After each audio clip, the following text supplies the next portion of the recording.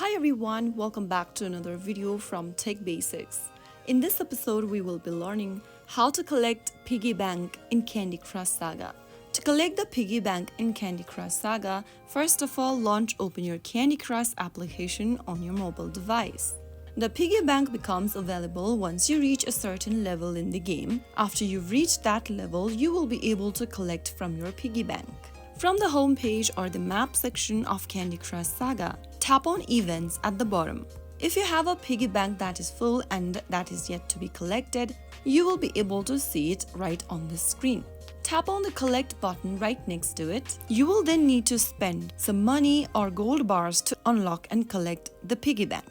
Tap on the Get button in green and follow through the instructions, and you will then be able to collect Piggy Bank in Candy Crush Saga. I hope you found the video to be helpful. If you did, make sure to give us a thumbs up and subscribe to Tech Basics for more Candy Crush Saga tips and tricks.